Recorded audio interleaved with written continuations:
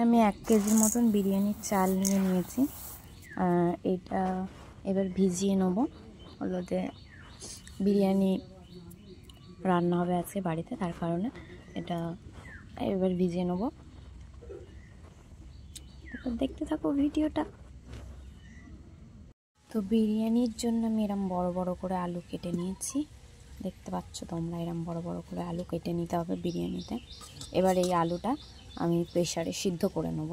তো দেখাচ্ছি তোমাদের সম্পূর্ণ রেসিপিটা, দেখতে থাকো। এখানে প্রেসারে আমি আলুগুলো দিয়ে নিচ্ছি, দিয়ে সিদ্ধ করে নেব। মানে খুব বেশি সিদ্ধ করব না, হালকা। ও হ্যাঁ গো, হালকা ফ্রুট কালার দিয়েছি আর নুন দিয়েছি, দিয়ে আলুটাকে সিদ্ধ করে নেব। মানে খুব বেশি না, 70%-এর মতন সিদ্ধ করে নেব। তারপর আলুটাকে আমি হালকা করে ভাজবো, তার কারণে আবার ভাপে বসানো হবে। খুব বেশি কুক হয়ে যাবে, তার কারণে হালকা করে সিদ্ধ করব। ওকে, দেখতে থাকো তোমরা রেসিপিটা। সাদা তেল গরম করে নিয়েছি, পেঁয়াজটাকে বেরেস্তা করে নেবো। এবারে সব পেঁয়াজগুলোকে দিয়ে দিয়েছি। এইভাবে পেঁয়াজগুলো ভালো করে বেরেস্তা করে নেবো, বিরিয়ানিটা দেবো। আর কিছুটা বেরেস্তা চিকেন পেস্ট করে দেবো, এতে কালারটাও সুন্দর আসে আর খেতেও ভালো লাগে। তো বেরেস্তাটা আমি করে নিচ্ছি, তারপরে কী কী করতে হবে তোমাদের সাথে শেয়ার করছি। বেরেস্তাটা আমি করে নিয়েছি, ঠিক এরমভাবে পেঁয়াজের বেরেস্তাটা করতে হবে। তারপরে হলো আলুটা ভাজবো, দেখতে থাকো। এখানে আমি যেই আলুগুলো সিদ্ধ করে রেখেছিলাম সেইগুলো লাল লাল করে ভেজে নেবো। ভেজে নিয়ে তুলে নেবো। অনেকে সিদ্ধই দিয়ে দেয়, বাট আমি একটু ভেজে নিলে ভালো লাগে, আমি ওরকম পছন্দ করি। তাহলে আলুটা ভেজে নেবো, দেখতে থাকো। করার জন্যে এখানে ভাত করার জন্য হলো যে জল গরম করছি, আর জলের মধ্যে তেল আর কিছুটা নুন দিয়ে নিয়েছি। তেলটা দিলে ভাতটা ঝরঝরে হয়, তো এখানে সাদা তেল কিছুটা দিয়েছি, দেখতেই পাচ্ছ চকচক করছে। তো জলটা গরম হলে এর মধ্যে তোমরা গোটা গরম মশলা দিয়ে চালটা দিয়ে দেবে। আমি গোটা গরম মশলা দিই না, তোমরা চাইলে দিতে পারো। তো এই প্রসেসে তোমরা একবার বিরিয়ানি রান্না করে খেয়েও, আশা করছি তোমাদের ভালো লাগবে। যাই হোক, দেখতে থাকো ভিডিওটা। এখানে কিছু মশলা পেস্ট করে নেব। এখানে আদা, রসুন, টমেটো,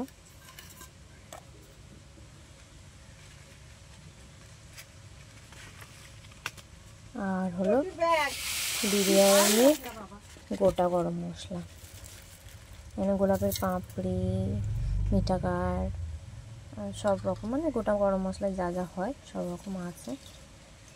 আর পেঁয়াজ বেরেস্তা বললামই, এর মধ্যে পেঁয়াজ বেরেস্তা দেবো আমি পেস্টের জন্য। তো এইটা হলো মশলা, এটা আমি পেস্ট করে নেবো। তারপরে আর কী কী করতে হচ্ছে তোমাদের সাথে শেয়ার করছি। দই দিয়ে নিয়েছি, আর হলো যেই মশলাটা তোমাদের দেখালাম, মশলাটা দিয়ে চিকেনটা ম্যারিনেট করে নেবো। আর এর মধ্যে এখন আমি লঙ্কার গুঁড়োও দেবো, দিয়ে আর একটু ধনে গুঁড়ো দিয়ে এটা ম্যারিনেট করবো। আচ্ছা, ম্যারিনেট করি, তারপর তোমাদের দেখাচ্ছি। সব কিছু মশলা দেওয়া হয়ে গেছে, এবারে চিকেনটা ম্যারিনেট করে নেওয়া হচ্ছে।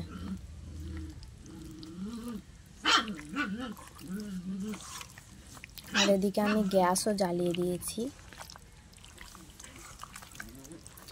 ভালো করে চিকেনটা ম্যারিনেট করে নেবে, যাতে সমস্ত রকম মশলাগুলো চিকেনের ভিতরে ঢুকে যায়, তারপরেই টেস্টি লাগবে। আর যতটা পারবে জলটা কম দেওয়ার চেষ্টা করবে। এখানে চিকেনটা ম্যারিনেট করে নিয়েছি, এবারে তেলের মধ্যে পেঁয়াজ দেব। কিছুটা পেঁয়াজ রেখেছিলাম, আর কিছুটা পেঁয়াজটা পেস্ট করে দিলাম, দেখলে বেরেস্তা। তো কিছুটা পেঁয়াজ যেটা এমনি রেখেছিলাম সেটা ভালো করে ভেজে নিচ্ছি। এর মধ্যে চিকেনটা দিয়ে নেব, ভাজা হয়ে গেল। এখানে সমস্ত চিকেনটা দিয়ে দিয়েছি, এবার ভালো করে কষে নিয়ে তারপরে ফিরে আসছি। দেখতে থাকুন, কষা হয়ে গেলে তারপরে দেখাচ্ছি কীরকম। মাংস আর কতটা কষবে তোমরা, গ্রেভিটাও কতটা রাখবে দেখতে থাকো, ভালো করে কষে নিয়ে সেটা হচ্ছে। চিকেনটা এইরকমভাবে কষে নিয়েছি। এবার লেয়ারিং করব, হলো যে বিরিয়ানির লেয়ারিং করব। তো দেখতে থাকো। প্রথম ঘি ব্রাশ করে দেওয়া হয়েছে হাঁড়ির মধ্যে, তারপরে ভাত দিয়ে দেওয়া হয়েছে, এরপরে নুন দেওয়া হলো। এইবারে আলুগুলো সাজিয়ে দেওয়া হবে, যটা আলু লাগবে ততটাই দেবে।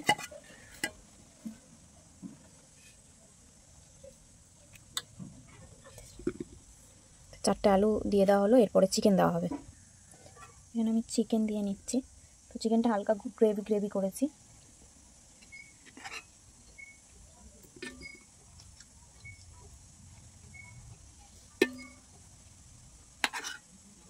গ্রেভিও একটু দিয়ে নেবো।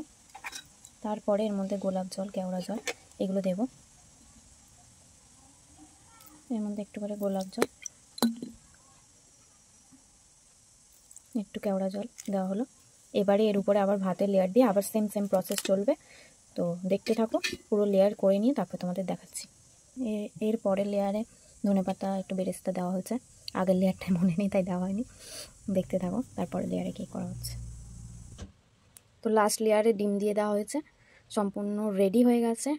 এবারে আমি ভাপে বসাবো এটাকে। একটা তাওয়া গরম করে নিয়েছি, এবারে এর উপরে আমি হাঁড়িটা বসিয়ে দেবো। মানে ডাইরেক্ট ভাপে না দিয়ে এরকমভাবে দিলে নিচটায় পড়েও না, আর ভালোভাবে হয়ে যায়, ভাপ লেগে যায়। তো ওটা বসিয়ে এইরকমভাবে হাঁড়িটা বসিয়ে নেবে। আর এখানে তোমরা হলো যে হাঁড়ির উপরে আটা মেখে পুরো সিল করে দিতে পারো, বাট আমি করিনি, প্রয়োজন নেই।